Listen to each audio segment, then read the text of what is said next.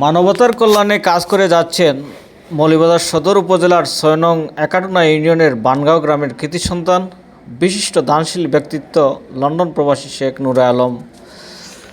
তিনি দীর্ঘদিন ধরেই এলাকায় মসজিদ, কালভার্ট, খেলাধুলা,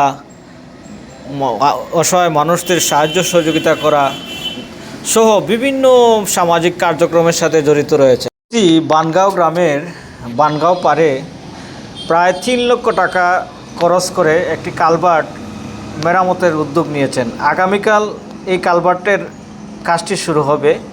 এখানে পানি উন্নয়ন বোর্ডের অধীনে এই কালভার্টটি দীর্ঘদিন ধরে অবহেলিত ছিল।